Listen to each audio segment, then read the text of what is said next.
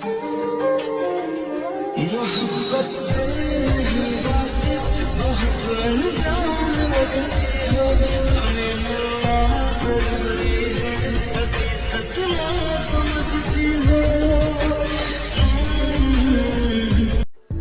পাখিরা, কেমন আছো সবাই?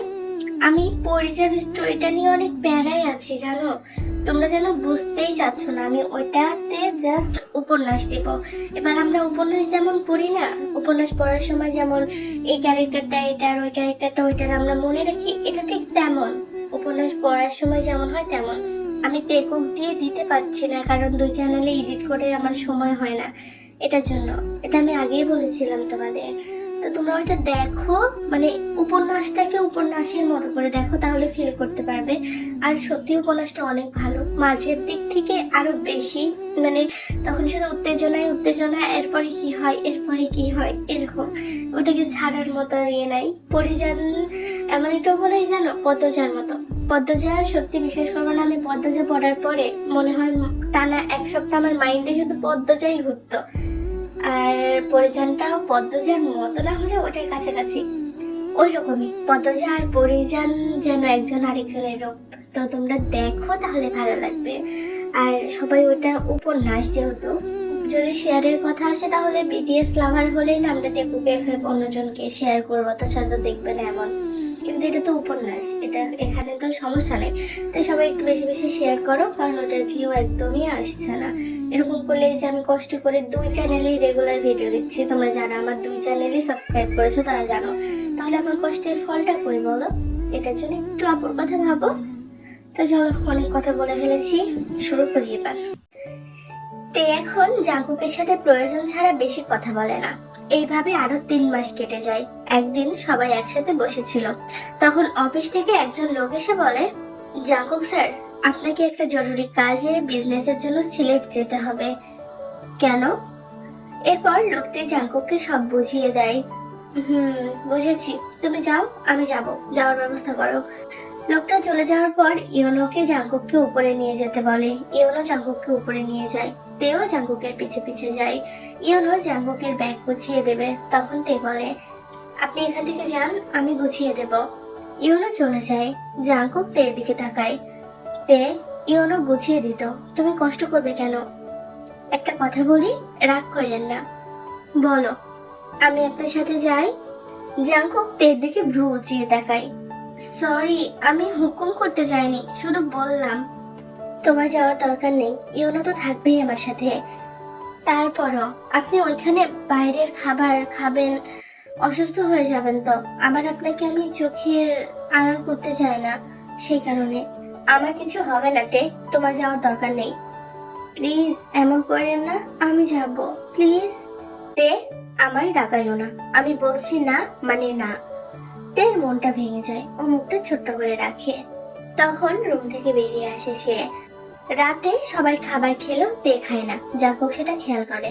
জাঙ্কুককে ইয়োনো রুমে নিয়ে আসে, তারপর চলে যায়।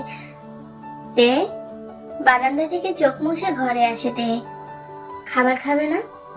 না। কেন? এমনিতেই ভালো লাগছে না তাই।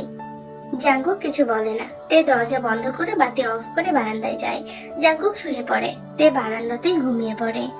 সকালে প্রতিদিনের মতো তে জাঙ্কুককে বানানা মিল্ক দিয়ে চলে যায়। জাঙ্কুক খেয়ে নিচে আসে, ইয়োনো নিয়ে আসে জাঙ্কুককে। তখনই দরজার কলিং বেল বাজে। বাসার মেয়েটকে দরজা খুলে দেয়, দেখে একজন ছেলে দাঁড়িয়ে আছে। এটা কি তের বাসা? ছেলেটাকে দেখে জিমিন এগিয়ে আসে। কে আপনি, আর তেকে দিয়ে কি করবেন? আমি তের স্কুল ফ্রেন্ড, ওর সাথে দেখা করতে এসেছি। ছেলেটাকে দেখে জাঙ্কুক বিরক্তিত, কিন্তু মুখে কিছু বলে না। ও আচ্ছা, আমি তেকে ডাকছি। আইয়ু তখন বলে, ভাবি আমি ডাকছি তেকে। তে, এই তে। তে ডাকাডাকি শুনে নিচে আসে। আসছি ভাবি। তে নিচে এসে দেখে বেগম। তখন বেগম বলে, কি তে, কি খবর তোর? আমি একটু দেশের বাইরে ছিলাম, তুই বিয়ে করলি, আমায় জানালিও না। আমার সাথে তোর তো কথা হতো না, তাহলে কেমনে জানাবো? তাও ঠিক, তা দুলাভাই কই? ওই যে উনি, জিয়ন জাঙ্কুক, আমার হাজব্যান্ড। বেগম অবাক, তের হাজব্যান্ড পঙ্গু? এদিকে জাঙ্কুকের তো বোগমকে সহ্যই হচ্ছিল না, কারণ জাঙ্কুক মনে করছিল বোগম হয়তো তেকে লাইক করে। Hello JK. হ্যালো তে, আমার বোনের বিয়ে, তুই তোর ফুল ফ্যামিলি নিয়ে আসবি। আচ্ছা, তে আমার সাথে এক জায়গায় যাবে, ও যেতে পারবে না তোমার বাসায়। প্লিজ ভাইয়া আইসেন, তাহলে আমার ভালো লাগবে। সরি, আমার সাথে যাবে তে, আর ওইখানে আমরা 1 সপ্তাহ থাকবো, তাই ও যেতে পারবে না। ইভেন আমরা কেউই যেতে পারবো না। তে তো পুরাই অবাক। তে জিমিন দিশা বুঝতে পারে জাঙ্কুক জেলাস ফিল করছে। তখনই জাঙ্কুক তেকে ডাকে, তে উপরে এসে ব্যাগ গোছাও, দেরি হয়ে যাবে। তারপর ইউনো জাঙ্কুককে রুমে নিয়ে আসে, তেও রুমে যায়। আইয়ু বগুমকে বসতে বলে, আপনি বসুন, আমি চা দেই। না ভাবি, আজ না, অন্যদিন, কিন্তু আপনারা কিন্তু যাবেন। আচ্ছা ভাই, আমরা যাব, ওর কথা ধরো না। ও আর তে একটু বিজনেসের কাজে বাইরে যাবে, সে কারণে ওরা যেতে পারবে না। আচ্ছা আসি তাহলে ভাবি। আচ্ছা, সাবধানে যাবেন। অন্যদিকে আপনি না বললেন আমায় নিয়ে যাবেন না? আমি কৈফিয়ত দিতে পছন্দ করি না, ব্যাগ গোছাও তাড়াতাড়ি। তে তড়িঘড়ি করে বলে, আচ্ছা আচ্ছা ঠিক আছে। এরপর তে ব্যাগ গুছিয়ে নেয়। দুপুরে খাওয়া দাওয়া করে বিকেলে 4টার দিকে বের হয়। গাড়িতে জাঙ্কুক বলে, তে সরো, বলেই তের কোলে মাথা দিয়ে শুয়ে পড়ে। কি করছেন আপনি? তে চুপ থাকো, আমায় শুতে দাও। এদিকে তে মনে মনে ভাবছে, আমায় ভালোবাসে না, আবার আমার কোলে মাথা দিয়ে শুতে আসে। এরপর গাড়ি চলে গাড়ির মতো। জাঙ্কুক তের কোলে মাথা রেখে ঘুমিয়ে গেছে। রাত 8টায় তারা সিলেটে আসে। সেখানে একটা বাড়ি ভাড়া নিয়েছে, সেখানে সবকিছুই আছে, শুধু রান্না করার জন্য বাজার নেই। তে বাড়িতে ঢুকে উপরের একটা রুমে যায় জাঙ্কুককে নিয়ে। তারা ফ্রেশ হয় দুজনেই। তে নিচে এসে ইয়োনোকে বলে বাজার করতে। ইয়োনো তের পথে বাজার করতে যায়। এখানে তে, জাঙ্কুক, জাঙ্কুকের কেয়ারটেকার, ইয়োনো আর বিজনেসের একজন ম্যানেজার, তারা মোট 4 জন। তাই সে নিজেই রান্না করবে, বাইরের জিনিস ভালো না। তাই ইয়োনো বাজারে আসে। রান্না শেষ করে তে ওপরে জাঙ্কুকের কাছে যায়। তে, কোথায় ছিলে তুমি? নিচে ছিলাম। কি করতেছিলে? তোমার কিছু হয়ে গেলে? আমার কিছু হবে না, আর আমার কিছু হয়ে গেলে আপনার কি আসে যায়? আপনার তো কিচ্ছুই না। এবার বলেছো, আর বললে মুখ ভেঙে ফেলবো তোমার আমি। তে অবাক জাঙ্কুকের ব্যবহারে। আচ্ছা এবার চলুন, খাবেন? খাবার কোথায় পাইছো? আমি রান্না করেছি, এতক্ষণ আমি রান্নাই করছিলাম, ইউনোকে দিয়ে বাজার করিয়েছি। ও, তাহলে তো বলবে তুমি রান্না করেছিলে। আমি তো ভাবলাম তুমি একা একা বাইরে কোথাও গেছো, এর জন্য রাগ করেছি। তারা দুজনে নিচে আসে। তারপরে 4 জনে একসাথে খেয়ে যে যার রুমে চলে যায়। রুমে জাঙ্কুক তেকে ডাকে, তে তাড়াতাড়ি বাতি অফ করে শুতে আসো। কেন? শীত করে তো আমার। তো আমার কি, আপনি কম্বল গায়ে দিন, মেরে মুখ ভেঙে দেব, তাড়াতাড়ি আসো। জাঙ্কুকের চিৎকারে তে লাইট অফ করে জাঙ্কুকের পাশে শুয়ে পড়ে। হঠাৎ জাঙ্কুক তেকে পেছন থেকে জড়িয়ে ধরে। কি করছেন? দেখতেই তো পারছো, আবার জিজ্ঞেস করছো কেন? তে আর কিছু বলে না, চুপ করে ঘুমিয়ে পড়ে। পরের দিন সকালে তে ঘুম থেকে উঠে দেখে জাঙ্কুক তার বুকে মাথা দিয়ে শুয়ে আছে। পরে তে জাঙ্কুককে সরিয়ে উঠে সকালের জন্য রান্না করে। এর মধ্যে জাঙ্কুক ঘুমের ঘরে তেকে খুঁজে না পেয়ে উঠে বসে। জাঙ্কুক মোবাইল নিয়ে তেকে কল করে। হ্যালো তে, তুমি কই? আমি তো নিচে, এক্ষুনি আসছি। এটা বলেই তে জাঙ্কুকের পছন্দের বানানা মিল্ক নিয়ে উপরে আসে। তে রুমে ঢুকতেই জাঙ্কুক প্রশ্ন করে, তে কই ছিলে তুমি? নিচে নাস্তা বানাচ্ছিলাম। আমারে বলনি কেন তুমি নিচে গেছো? আমি শুধু নিচে গিয়েছি, অন্য কোথাও যাইনি। আচ্ছা নিচে চলুন, খাবার খাবেন।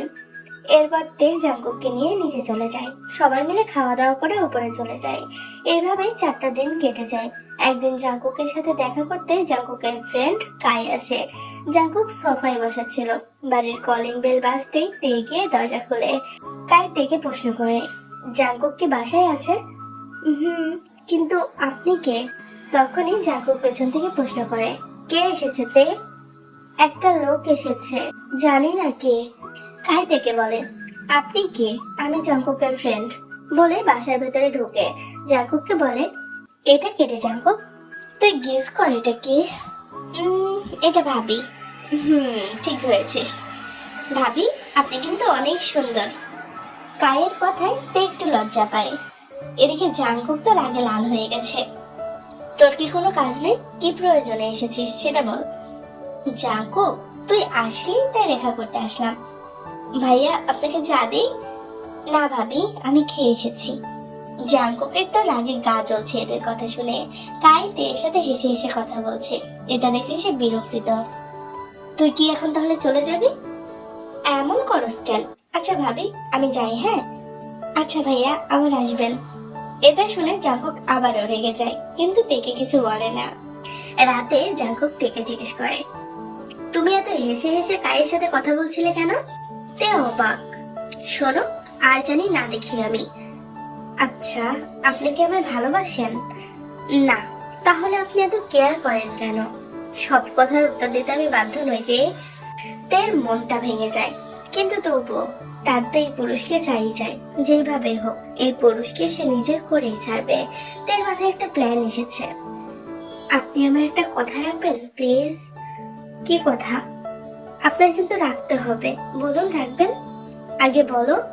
আমাকে বলবেন প্লিজ, আপনার এই অবস্থা কিভাবে হলো, আর আপনার প্রথম ভালোবাসা কে? আমি বলতে চাই না তে। আপনি কিন্তু আমায় বলবেন বলেছেন, প্লিজ বলুন না। দেখো তে, আমি আগে পঙ্গু ছিলাম না। আমি জানি আপনি আগে পঙ্গু ছিলেন না, কিভাবে হয়েছেন সেটা বলুন। আমার যখন 20 বছর বয়স, তখন বাবার বন্ধুর মেয়ে লিসা, বাবা তার বন্ধুর মেয়ের সাথে আমার বিয়ে ঠিক করেন। আমিও বাবার বন্ধুর মেয়ে লিসাকে অনেক ভালোবাসতাম। আমি মনে করতাম লিসা আমায় ভালোবাসে, কিন্তু সব ছিল নাটক। আমার সম্পদের প্রতি লোভ ছিল লিসার, কিন্তু আমি তা জানতাম না। এভাবেই 3 বছর কেটে যায়। একদিন লিসা ও তার ফ্রেন্ডকে নিয়ে একটা হোটেল থেকে বের হতে দেখি। তারপর আমার সন্দেহ হয়। আমি সব খবর নিই, আমার সন্দেহ ঠিক ছিল। তারপর আমি লিসাকে বলি আমি তার সাথে দেখা করব। আমি লিসার সাথে দেখা করতে গিয়েছিলাম। লিসা ছিল রাস্তার ও পাশে, আর আমি ছিলাম রাস্তার এ পাশে। লিসা রাস্তা পার হতে গিয়ে একটা ট্রাক এসে ওকে চাপা দিতে যাবে। আমি চেয়েও থেমে থাকতে পারিনি। আমি জানি সে আমাকে ধোঁকা দিচ্ছিল, কিন্তু আমি তো তাকে ভালোবেসেছিলাম, তাই না? তাই আমি লিসাকে ধাক্কা দিয়ে সরিয়ে দিই, কিন্তু নিজেই ট্রাকের নিচে পড়ি। এতে আমার পা অবশ হয়ে যায়। আর আর কিছু বলতে পারে না জাঙ্কুক। তার চোখ দিয়ে পানি বের হচ্ছে, যা দেখে তেও কান্না করে দেয়। তারপর তারপরে আর কি, পায়ের সাথে সাথে আমার আরো অনেক ক্ষতি হয়ে গেছে শরীরের। এরপরে ডাক্তার বলে 1 বছরের মধ্যে যদি আমার অপারেশন করা না হয়, হয় আমি মারা যাব, আর নয়তো আমি জীবনেও চলতে পারবো না। পাটা কেটে ফেলতে হবে। এখনো তো সময় আছে, তাই না? বলুন। হুম, আছে। তাহলে আপনি বিয়ে করতে চাননি কেন? আমি আর কাউকে বিশ্বাস করতে পারি না তে। সবাই লিসার মতো আমার সম্পদকে ভালোবাসে, তাই। আর আমি যদি মারা যাই, তাহলে আমি যাকে বিয়ে করব তার কি হবে, এটা ভেবে আমি বিয়ে করতে চাইনি। এই কথা বলতে নেই। তাহলে আমার কি হবে আপনি বলুন? বলেই তে কান্না শুরু করে। তুমি আরেকটা বিয়ে করে নিও। জাঙ্কুক, আপনি মানেন আর না মানেন, আমি আপনাকে ভালোবাসি। আর কোনোদিনও যেন এই কথা না শুনি। সত্যি কি কখনো মিথ্যে হয়ে যাবে বলো? আমি জানি না। আমি আপনাকে চাই, যে কোনো মূল্যে। আপনাকে আমার হতেই হবে। এইগুলো সব তোমার মনের ভুল ধারণা তে। তে আবারও কান্না করে। আমায় আমার বাবা মা ছাড়া কেউ ভালোবাসেনি, কিন্তু বিয়ের পর আপনার বাসায় সবাই আমাকে অনেক ভালোবাসে, অনেক কেয়ার করে। জানেন জিয়ন সাহেব, আমি কখনো কোনো ছেলেকে ভালোবাসিনি। সে আমি আপনাকে ভালোবাসি, অনেক ভালোবাসি। আর আমি যদি মারা যাই তখন? এই কথা বলতে নিষেধ করেছি না আপনাকে? আচ্ছা, এবার ঘুমাও। আমি জানি আপনি আমায় ভালোবাসেন জিয়ন সাহেব। না, আমি তোমায় ভালোবাসি না। একদিন ঠিক আপনি আমায় ভালোবাসবেন, কিন্তু আমি তখন হয়তো আর থাকবো না। কেন? কোথায় যাবে তুমি? হয়তোবা না ফেরা দেশে চলে যাব। আমি আর কখনো আসবো না। এই কথা যেন আর 2 বার না শুনিতে তোমার মুখে, তাহলে আমি তোমার মুখ মেরে ভেঙে দিব। আমি আপনাকে অনেক ভালোবাসি জিয়ন সাহেব। আচ্ছা, আপনি আমার একটা শেষ ইচ্ছে পূরণ করবেন? শেষ ইচ্ছে মানে? কি কথা এগুলা? আমার একটা ছোট্ট জিয়ন সাহেব লাগবে, আমাকে দিবেন? সম্ভব না তে। কেন সম্ভব না? আমি চাই যে আপনার মতো দেখতে হবে, যাকে নিয়ে আমি সুখে থাকবো। যে ছোট্ট ছোট্ট হাতে আমাকে আঁকড়ে ধরবে, আমাকে ভালোবাসবে, যাকে দেখলে আমার মনে হবে এটা আমার আর আপনার ভালোবাসার প্রতীক।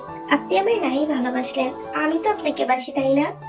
জানোতে, আমি এই জন্য বিয়ে করতে চাইনি, কারণ আমি তোমার শারীরিক চাহিদা পূরণ করতে পারবো না। আর আমি যদি মারা যাই তখন এই বাচ্চাটার কি হবে? প্রয়োজনে আমি আপনার দেওয়া শেষ স্মৃতি নিয়ে বেঁচে থাকবো।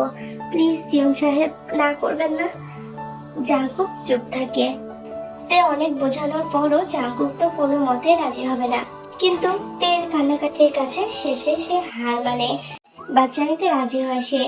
এই কথা শুনে তো তে অনেক বেশি খুশি হয়ে যায়। তে মাথা তুলে জাঙ্কুকের দিকে তাকায়।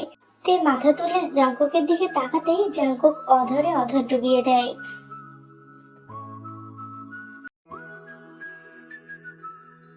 প্রায় 5 মিনিট পরে জাঙ্কুক তেকে ছাড়ে। তে, সবকিছু কিন্তু তোমাকে করতে হবে, আমি যতটা পারি হেল্প করব।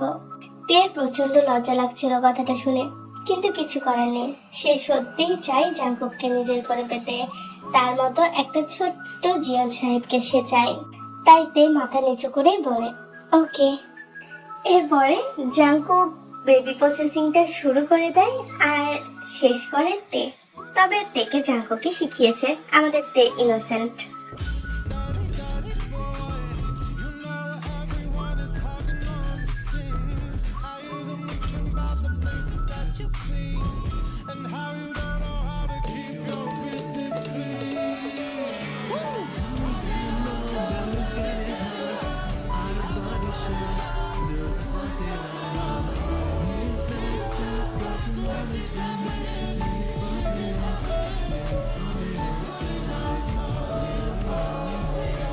সকালে তের আগে জাঙ্কুকের ঘুম ভাঙে।